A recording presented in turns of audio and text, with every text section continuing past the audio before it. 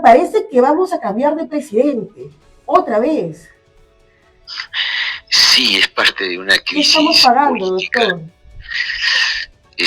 Estamos pagando el no haber podido refundar este país, construir una sociedad donde la gente pueda participar, fiscalizar, ¿no? Y que podamos elegir gente que de verdad el pueblo sienta que lo representa, ¿no?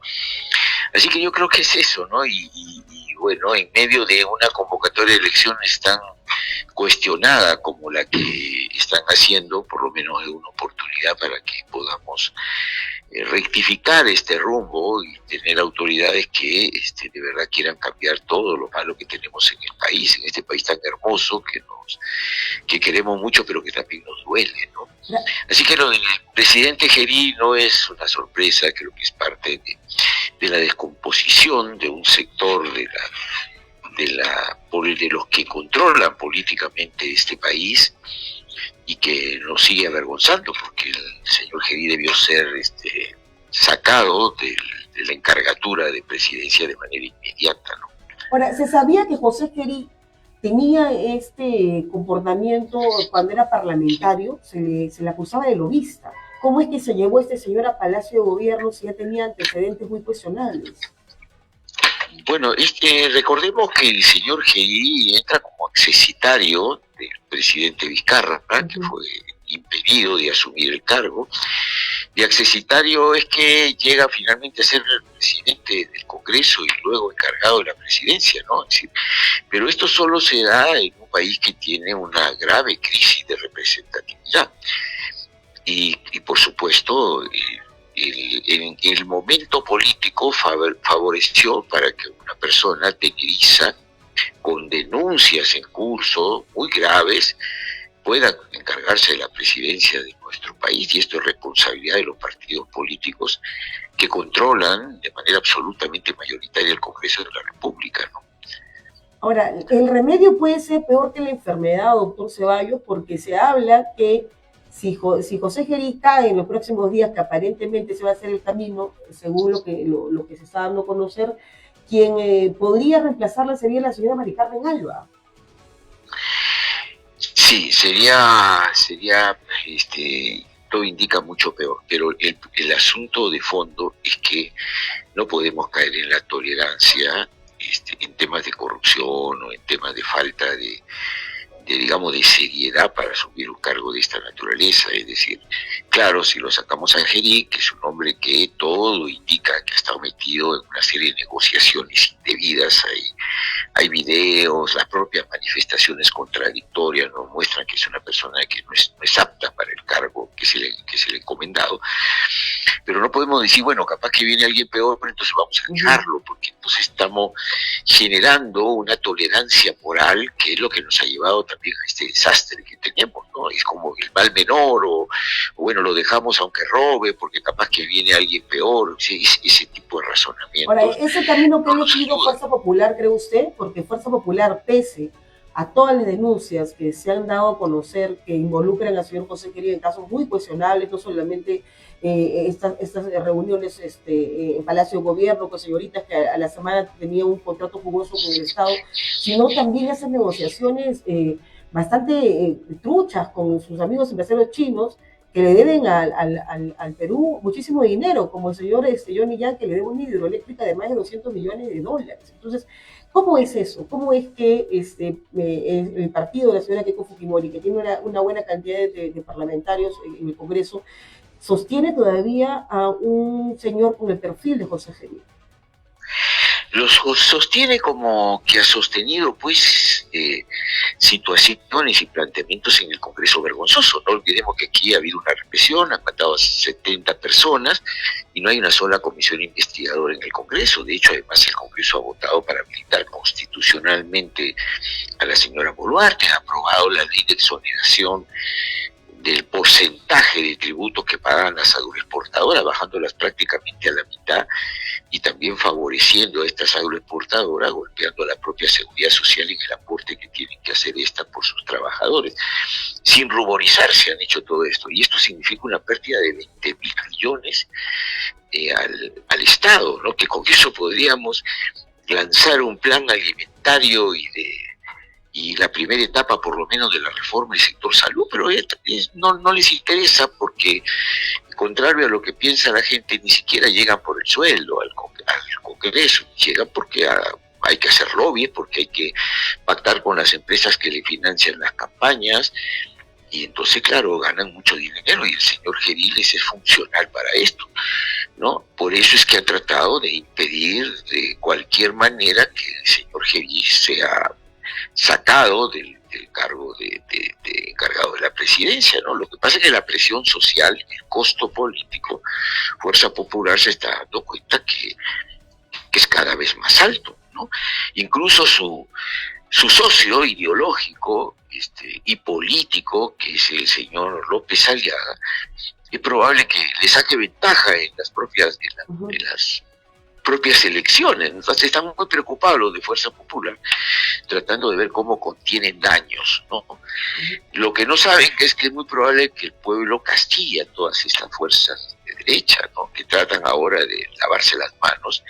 Me refiero a Fuerza Popular, a Renovación, a Alianza para el Progreso, incluso a Perú Libre, que comparte la mesa directiva, Somos Perú, etcétera, que son corresponsables de este descalabro moral, ético y también financiero del país, porque aquí, bueno, yo he sido ministro de Salud y acá no se ha contemplado que el hambre sigue aumentando en el país. Ya hemos volado por encima del 52% de la población en riesgo alimentario, es decir, tenemos millones de peruanos que no comen todos los días, que seguimos volando con la anemia infantil, hipotecando el futuro, y que claro, lo que estamos haciendo es amarrar cualquier forma democrática para tener un Estado que se proteja mejor frente a la corrupción y que además proteja al ciudadano, ¿no? Porque todos los... Desde el gobierno de Dina Boluarte teníamos a un viceministro, ¿no? Que decía que la gente no come porque va haciendo dieta, ¿no? Que come 2 veces al día, nada más, y que él también comía 2 veces al día, que hacía dieta, que una declaración pues bastante infeliz. Sí, además que, claro, uno confronta estas declaraciones con las cifras del Instituto Nacional de Estadística y Ciencias y del propio Ministerio de Salud, y te encuentras que no solo son inverosímiles, sino son insultantes este tipo de declaraciones, y de la falta de políticas para remediarlas. Somos un país que en algunas regiones la pobreza está llegando al 70%, que quiere decir que hay gente que gana menos de 434 soles al mes, en concepto de todos los gastos, incluida alimentación, que tenemos más de un 60% de los adultos mayores que no tienen un trabajo digno, ni siquiera una pensión para cuando pasan los 65 años. Sí, la situación es muy grave en el país, y el hambre ya es una emergencia nacional desde hace un buen tiempo, que se va agravando cada vez más. O sea, la necesidad de lanzar un plan alimentario urgente para el país, más allá de las medidas de fondo que necesitamos, el terminar con la inseguridad ciudadana, sacando a todos los mandos de la policía, iniciando una reorganización a fondo para limpiar el Ministerio Público y el Poder Judicial, son absolutamente urgentes. Pero claro, como esto está amarrado con la economía ilegal, pues se mantiene todo este espacio de corrupción muy grande que contagia a toda la sociedad, ¿no? Así que, nada, yo creo que esto es parte de un Estado que es un Estado fallido, ¿no? Eso se veía venir, doctor, se veía venir que Ejeri iba a seguir este camino, porque se hablaba de que él iba a hacer el cambio, ¿no? Un presidente joven, campechano, versus a lo que teníamos con Dina Boluarte, una señora muy hermética, viviendo en una realidad paralela a lo que pasaba en su país. ¿Se veía venir que finalmente el señor Ejeri iba a hacer la continuidad de Dina Boluarte o peor? Yo creo que no, yo creo que estaba claro para la mayoría que Ejeri era el recambio que necesitaban acá estos grupos es una palabra desagradable, pero estos grupos mafiosos que tenemos en el Congreso, y había que buscar a alguien que les diera un poquito de oxígeno por un tiempo, y claro, la sacaron a Boluarte, que era la presidenta históricamente con mayor desaprobación en nuestro país y en América Latina, y pusieron a un hombre que venía absolutamente condicionado en su función parlamentaria. No olvidemos que este señor estuvo de acuerdo con todas estas leyes pro crimen, ¿no? Este señor aprobó todas las leyes antilaborales e impopulares, se opuso a todas las vacancias a la señora Dina Boluarte. Entonces no podíamos esperar que él iniciara un proceso de mayor transparencia en el país, ¿no? Era más de lo mismo en un recambio vergonzoso, porque la verdad que este gobierno, un gobierno que no siquiera investiga la muerte de los ciudadanos, que impone a un personaje como Dina Boluarte, tiene nada de democrático, ¿no? Y lo que la gente está esperando es que se vaya. El problema es que está tan enmarañada la situación que la gente todavía no tiene claridad de cómo salir de esta situación, pero la gente no quiere nada con estos grupos que están en el Congreso ni con el sistema, así que es un desafío para los sectores democráticos que también están participando en estas elecciones, generar un grado de confiabilidad de la gente en que sinceramente van a luchar contra la corrupción y a producir los cambios estructurales y de asistencia inmediata que la población está exigiendo. Este es el desafío que se tiene en el país en una votación que va a ser muy complicada para la ciudadanía, ¿no? Porque no va a ser fácil votar de manera correcta tampoco, y esto se va a prestar. Son 36 partidos políticos, ¿no? 36 partidos que están participando, nunca antes hemos visto eso. Claro, en una sábana electoral que confunde a la gente. Tienen que votar y acordarse de todos los números para 5 o 6 opciones. Va a ser muy difícil para nuestra gente del campo, que no está acostumbrada a esa mecánica, y con 36, como bien dice Gisela, partidos políticos, muchos de los cuales no se los conoce, aunque la mayoría tienen un programa muy parecido al del fujimorismo, elegir bien, ¿no? Va a ser muy complicado. Van a tratar de imponer la fuerza de la economía en las campañas electorales, ¿no? Para sostener candidaturas que son impensables en otro país, ¿no? Gente que ha defraudado a los pobladores, pero con la fuerza de la economía, con estos manejos que han hecho de 36 partidos que crecen, ¿no? Bloqueando a los otros partidos que puedan ser realmente de oposición, van a querer mantenerse en el poder. ¿Y cuál era ese fin, doctor? ¿Cree usted que se ha buscado de alguna manera que se disemine el voto en varias agrupaciones políticas y para que finalmente los partidos más reconocidos o los rostros más visibles sean finalmente los beneficiados? Claro, es que va a ser así, porque la gente cuando vaya a votar va a decir yo a quién voto, ¿no? Porque de los 36 hay 30 que la gente jamás ha visto ese símbolo, ¿no? Pero además la propaganda electoral va a tapar cualquier aparición de estos partidos, y lo que se va a imponer son toda la propaganda de los partidos tradicionales, que ahora tienen hasta la oportunidad de hacer campañas en semana de representación. Mire, yo estuve en Ayacucho, ahora estoy en Cajamarca. Usted también está postulando, ¿verdad? Recuérdenos el partido por el que está yendo, por favor. Estoy postulando por Juntos por el Perú, por una invitación del presidente Pedro Castillo, y voy con el número 11 al Senado Nacional, ¿no? Y estuve en Ayacucho y estoy ahora en Cajamarca, y la verdad la cantidad de carteles enorme de los partidos tradicionales parecen esas figuritas de Mafalda, donde la gente mira a cualquier lado tratando de pensar, y no puede pensar porque la propaganda de los medios de comunicación concentrados y la propaganda visual no permiten que la gente realmente razone y analice y se informe de la manera más adecuada. Y ese es el desafío también que tenemos en estas elecciones, ¿no? Que la gente confíe en que no todos son iguales, porque la propaganda es todos son iguales, todos roban. Claro. ¿Para qué te vas a esforzar en cambiar? ¿Por qué te vas a esforzar en votar por una opción de cambio, ¿no? ¿Y por qué vas a participar en política si la política es sucia? Entonces déjame a mí, que yo hago solo política y yo decido por ti. La gente no tiene que pisar el palito. La gente tiene que involucrarse y luchar por buscar los mejores representantes para construir una verdadera democracia que le dé derechos y que le dé decencia, porque esa es la otra cosa, ¿no? No nos hemos acostumbrado a que no importa que robe, pero a ver si hace algo, ¿no? Eso es intolerable, ¿no? Como país. Ahora, si bien es cierto, doctor, que las encuestas finalmente nos muestran las tendencias, las fotos del momento, en febrero del 2021 estaban otros partidos o otros candidatos liderando las encuestas y que no pasaron a la segunda vuelta. Ni qué decir de Pedro Castillo, no asomaba hasta el mismo día de las elecciones. Claro, porque hay un tema que, bueno, cuando le preguntan a la gente, las encuestadoras, ¿tú votarías por Pedro Castillo? La gente tiene vergüenza.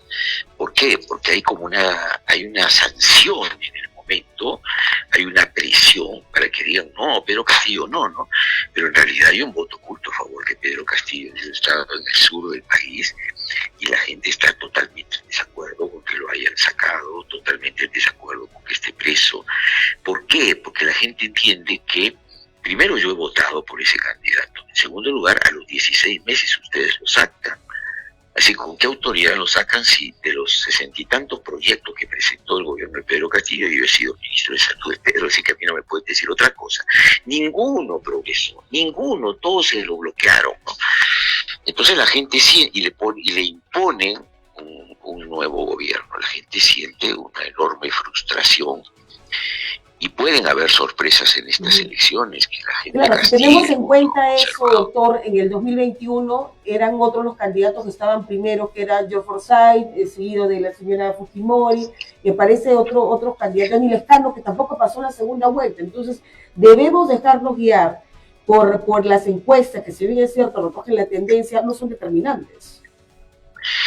Por supuesto, además, cualquiera sabe que ni siquiera recogen las tendencias, ¿no? Que son encuestas, muchas de ellas totalmente fabricadas, ¿no? ¿Y por qué? Porque intencionalmente quieren imponer en la mente de la gente candidatos que van ganando, ¿no? Para orientar efectivamente la percepción ciudadana y crear una tendencia que no debería ser así, porque se tendría que permitir que el ciudadano pues se informe adecuadamente y bueno, pueda elegir de manera más consciente, ¿no? La opción que tiene en el momento, ¿no? Así que no son confiables de ninguna manera, ¿no? Para cualquiera de los lados, pero no es confiable esto. ¿Cómo le está yendo a su candidato, doctor Ceballos? ¿Cómo le está yendo en las calles, ¿no? La cercanía con la gente, con el ciudadano?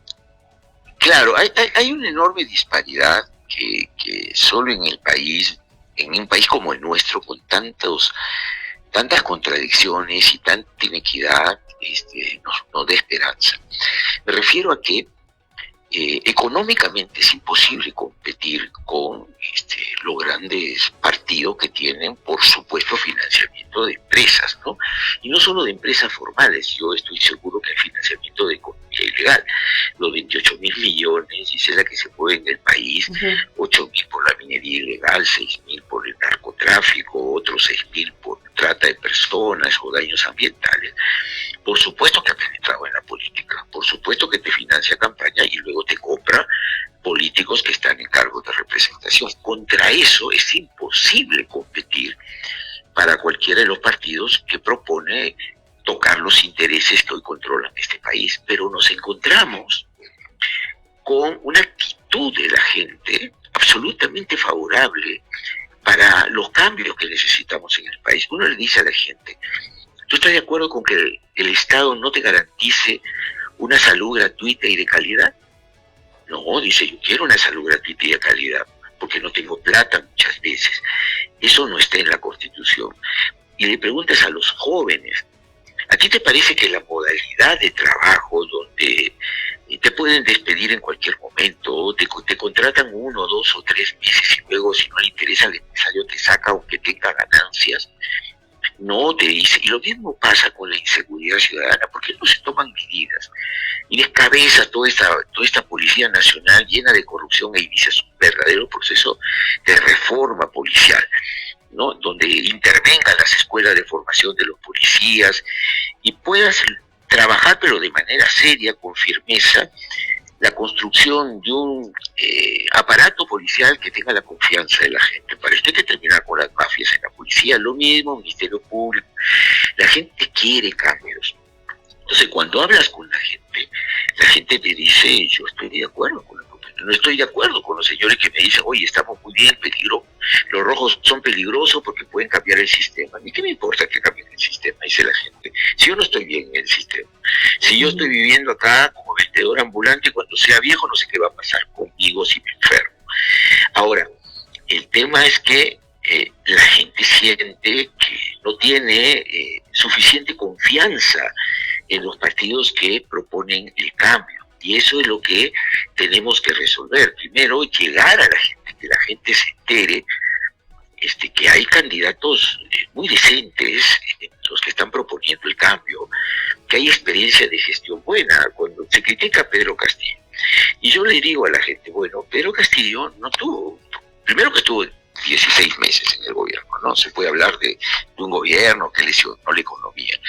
Durante Pedro Castillo analicemos los indicadores de crecimiento nacional y veremos que había un nivel de estabilidad.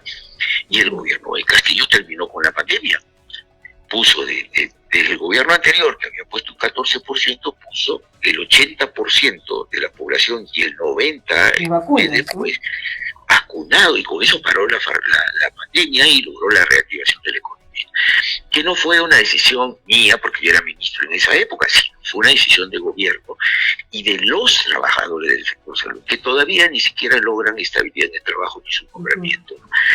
Entonces, pero se necesita conversar mucho con la gente para romper ese cerco mediático y económico que le ponen los grupos que hoy controlan el Congreso y controlan las reglas electorales que las han puesto, ¿no? Se habla, doctor Ceballos, que todo esto se ha armado porque se quiere de alguna manera torcer el voto popular. Keiko Fujimori ha dicho que no va a dejar que le roben el voto, otra vez, dando a entender de que finalmente en las elecciones pasadas que ha perdido el voto le han robado, y ahora sí dice que tiene un ejército de naranjitas, pues de militantes que van a cuidar celosamente el voto. Se habla de esto. ¿Qué es lo que nos quiere decir o qué puede entender usted de esta advertencia?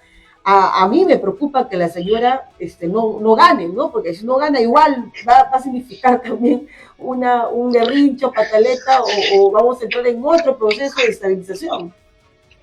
No, y es preocupante. Además, puede parecer hasta gracioso que Keiko Fujimori plantee eso, ¿no? Porque yo acuerdo que el gobierno de Castillo lo obstruyó como 2 meses para que no asuma hablando de fraude, y al final no se encontró fraude en ningún lado. Pero el tema es que el rechazo a Keiko Fujimori es un rechazo que ya se instaló en grandes sectores de la población, ¿no?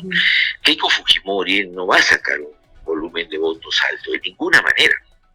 Pero claro, están alentando el tema que van a ser afectados. Ellos dicen, vamos a ser afectados, no se va a permitir que nosotros logremos el triunfo, ¿no? Y ya lo vamos a escuchar al señor López Aliaga cuando pierda las elecciones, igual que a Keiko Fujimori, diciendo nos han hecho fraude. Pero detrás de eso, a mí por lo menos no me cabe muchas dudas, se está trabajando un fraude.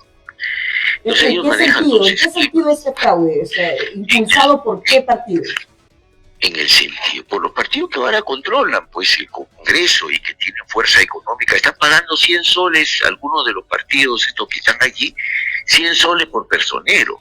Y si están metiendo plata para ver de qué manera en la mesa de votación vulneran la voluntad popular. En los lugares más alejados, seguramente van a meter efectivo de las Fuerzas Armadas para que también jueguen un rol en esta dirección. Hay que tener mucho cuidado con el fraude, pero además el objetivo estratégico de ellos es lograr capturar el Senado, porque este es un Senado que va a tener todas las atribuciones. Puede entrar al Senado y a los 20 días sacar al presidente, y nadie puede discutir eso, porque esas son atribuciones del Senado. Y puede poner los funcionarios que quiera, sacar a los ministros las veces que quiera, y bloquear todas las leyes que vengan del Ejecutivo o de la propia Cámara de Diputados, y nadie puede disolver el Senado. Entonces van a crear un poder paralelo, por supuesto mucho más fuerte que el Ejecutivo, para vulnerar cualquier reclamo social que pueda llevar este Ejecutivo presionado por la gente. Entonces, claro, la figura presidencial va a ser más decorativa de la que ya es. Absolutamente decorativa, porque lo pueden sacar 25 veces. Usted acá no me presenta ningún proyecto si usted no acata los parámetros, digamos, de movimiento legislativo que nos puede beneficiar. Y lo van a sacar. Tienen el poder para hacerlo. Y están dentro del marco constitucional de esta Constitución que han modificado a su gusto, ¿no? Bien. Entonces, o ganan durante este proceso electoral directo, o si no, con el Senado van a controlar el país. Por eso la disputa electoral es tan importante, y que la gente sea muy lúcida en el momento de votar, y que el rechazo a los partidos políticos tradicionales sea muy clara. Los jóvenes de la generación Z están lanzando una campaña tratando de que la gente reflexione sobre por qué razón no hay que votar a alguna gente en estas elecciones. Pero no se quieren ellos sesgar, y que yo quiero ser de izquierda, porque no es esa la propuesta, pero por ejemplo elegir partidos políticos que no estén teñidos de corrupción, candidatos que no tengan antecedentes de corrupción, es lo mínimo, o de ¿no? pésima gestión, es lo mínimo, claro. ¿No es cierto? Entonces, ese tipo de cosas nos puede ayudar, si prende en la ciudadanía también, a que la gente empiece a tener algunos parámetros de sí y no, por lo menos ese. Después, bueno, cada uno votaremos. A mí yo voy por la libertad de Pedro Castillo, el otro dirá, habrá que hacer un juicio decente, yo no estoy de acuerdo con eso, pero hay parámetros y hay límites que no debemos permitir que llegue gente pues prontuariada. Esperemos que no, doctor. Bien, le agradezco muchísimo, doctor. Muchas gracias por su tiempo, gracias por atendernos. Ha sido un gusto conversar con usted. No, a usted, muy amable. Díganos, por favor, por qué el partido por el cual está usted postulando y el número, cómo lo encontramos, en esa cédula enorme de votación.